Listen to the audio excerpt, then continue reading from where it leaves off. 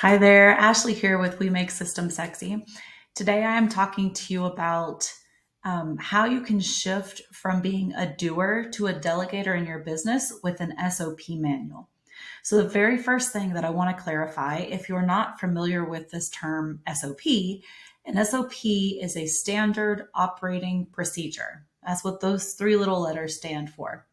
Now, if you're still not familiar with what in the world that means, standard operating procedure, an SOP is essentially a simple set of instructions for how to do a thing.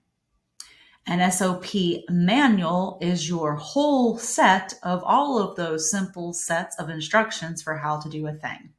They should be clear, they should be concise, they should be comprehensive, and they should be very easy to follow.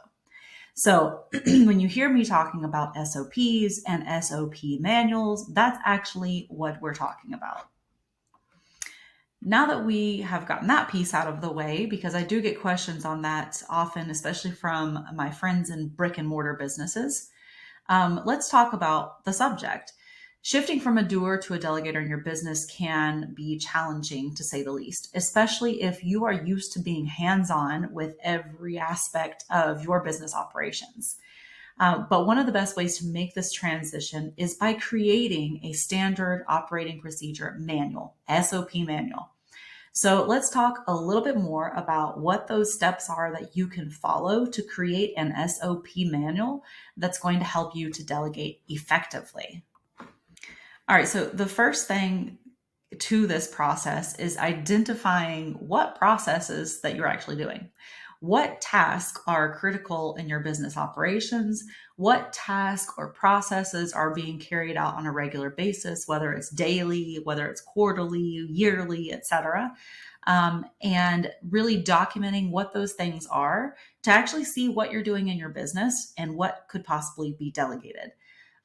Before I go any further, I want to make sure that if you are not already signed up for our newsletter, you can do so by grabbing actually our freebie called the Delegation Exercise and then hop onto our newsletter to get more information and tips like these. But the Delegation Exercise is going to break this down, this first step, help you to start identifying what processes and tasks that you need to delegate to others. What items actually need to stay on your plate, and then taking you from that first step of just identifying what you have in front of you and then moving to our next step. So after you've identified what things you can actually hand off to somebody, then you actually need to break down these tasks into step-by-step instructions that can be easily understood by John Doe who comes off the street and has no prior knowledge of your business. So obviously it's super important to be as detailed as possible, including screenshots, including any little videos that you could embed into the document, templates that would help your team members to complete the task in a more cohesive and organized way and not have to continue to reinvent the wheel every single time as well. Every SOP should be developed in that way, in a very detailed manner, not squirrel and scattered, which is the way that we tend to record videos or tutorials for people because we squirrel when we're in front of a screen. But being able to actually kind of come out of the task that you're doing and say, okay, if I were a new person looking at this task, what information would I need? What would be the best way to help me to complete this task in a productive and effective manner? And then writing it according to those thoughts, that thought process. Now, talking about an SOP manual, the manual again is all of your SOPs as a whole organized together. So we actually like to create a spreadsheet or a database of SOPs and organize them by kind of the groups that they belong in, whether it's the departments or maybe the software that they belong to, or the steps in the client process that those tasks belong in, and just figuring out the best way to organize those blocks of processes or sets of instructions so that information is easier to locate and find. Or locate and find. So it's easier to locate and understand what's what. Now, once you've gotten to this point, you have your SOPs and your organized SOP manual created. Now you can effectively start to delegate to team members. team members that are already existing in your organization, or team members that you're newly onboarding and trying to train, bring up to speed as quickly as possible. And here you're going to be able to give them tasks in a really simple and straightforward way, and help them to even work their way up to more complex tasks because you have everything already documented for them. So one thing is going to naturally flow into the next. This in turn helps to set expectations and establish clear communication, between team members, between you as the business owner and your team members, and making sure that everybody knows what their role is, what their responsibility is. And that provides just a really awesome environment for you and your team to work in.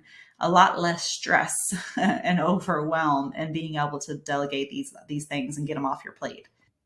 So again, by following these steps and building out your SOPs and your SOP manual, you can shift from being the doer to the delegator in your business, and then empower your team members to take on more responsibility, AKA get more off your plate. So this is going to help you to free up time to focus on more strategic aspects of your business, on growth and planning and being the visionary in your business and doing the things that only you can do, rather than being so bogged down in the things that somebody else could be doing. All right, so I already mentioned our newsletter and grabbing that delegation exercise freebie. So make sure that you do that if you want to try and get started in how this process works and figuring out how to actually delegate those things out to somebody. And if you are to that point where you know you need SOPs, but you feel like you do not have the brain power or brain space to tackle developing those SOPs, please shoot us a DM. If you're on our newsletter, please respond to our next newsletter and say, I want more information on the SOP manual VIP day, because this is going to take you from feeling overwhelmed and bogged down by the day-to-day task of your business to feeling free, like you actually can work on growing your business rather than on all of the minutia of the day-to-day. Say goodbye to stress and hello to streamlined operations. Book your session now and let us help you take your business to the next level. All right, so hop into our newsletter. You'll want to see basically our step-by-step process of how we develop those SOPs. We're going to share that in our newsletter this edition, and I will see you next time. Thanks for joining.